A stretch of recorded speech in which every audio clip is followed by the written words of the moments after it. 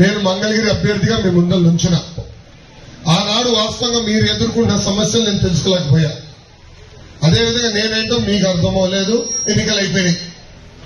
5,350 ఓట్లతో నేను ఓడిపోయాను తల్లి.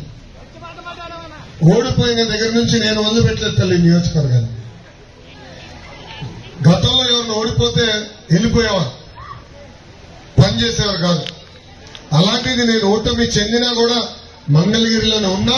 మంగళగిరి ప్రజలకి నేను సేవ్ చేసిన తల్లి.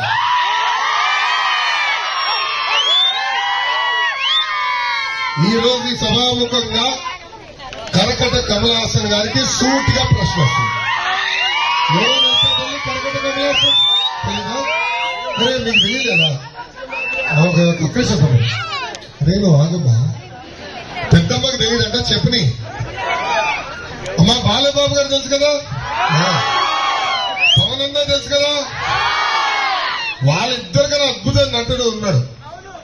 అతని పేరు కరకట్ట కమలాసన్. మన నియోజకవర్గ శాసనసభ్యుడు ఆల రామకృష్ణారెడ్డి గారు. ఆయన ఎంత అద్భుతంగా నటిస్తాడంటే 6 నెలల క్రితం నేను రాజీనామా చేస్తున్నా, ముఖ్యమంత్రి గారు అనేక హామీలు ఇచ్చాడు నియోజకవర్గానికి, ఏ ఒక్క హామీ నిలబెట్టుకోలేదని చెప్పినాడు. ఆనాడు ఆయనే చెప్పారు నన్ను మంత్రి చేస్తానని చేయలేదన్నాడు. నియోజకవర్గానికి 2,000 కోట్ల రూపాయలు ప్రతి సంవత్సరం ఖర్చు పెట్టి అభివృద్ధి చేస్తానని ముఖ్యమంత్రి గారు చేయలేదన్నారు. ప్రజలు అనేక ఇబ్బందులు ఎదుర్కొంటున్నారు, బాధల్లో ఉన్నారు, వాళ్ళ సమస్యలు నేను పరిష్కరించలేకపోతున్నారని ఇక వద్దు నాకు రాజకీయాలని రాజీనామా చేసి షర్మిలా గారి ఎన్నికల పరిగెత్తుకుంటూ వెళ్ళాను. తర్వాత 2 నెలలు ఏమైందో నాకు తెలియదు. ఏం మాటలు కుదిరినా నాకు తెలియదు. మళ్ళీ సడన్ గా ముఖ్యమంత్రి గారి ఇంటి ముందర కంప్లీట్ చేయడం కరకట కమలాసన్. పక్కన కట్ చేస్తే సీను ముఖ్యమంత్రి గారు కండ వేస్తున్నారు. ఇంత అద్భుతంగా నట్టుడుతాను. ఇలా ఎన్నో నటులు చేస్తాడు. రేపు వస్తాడు మళ్ళీ క్యారేజ్ పట్టుకుని పొలంలోకి వస్తాడు. మళ్ళీ అదేదో క్యారేజ్ నిలిచినట్టు ఒక యాక్టింగ్, మళ్ళీ ఇంకొక యాక్టింగ్, ఇటు అద్భుతమైన నటన మొదలు పెడతాం. తల్లి నటన నాకు తెలుస్తాను. ముందున్నట్టుగా చెప్తా, చేయగలిగితే చేస్తానంట, చేయలేకపోతే క్షమించండి నేను చేయలేనని చెప్తా. అమ్మా నేను ఓడిపోయిన తర్వాత కూడా కేఆర్ కొండూరుకి ఆరోగ్య రథాలు పంపించాను.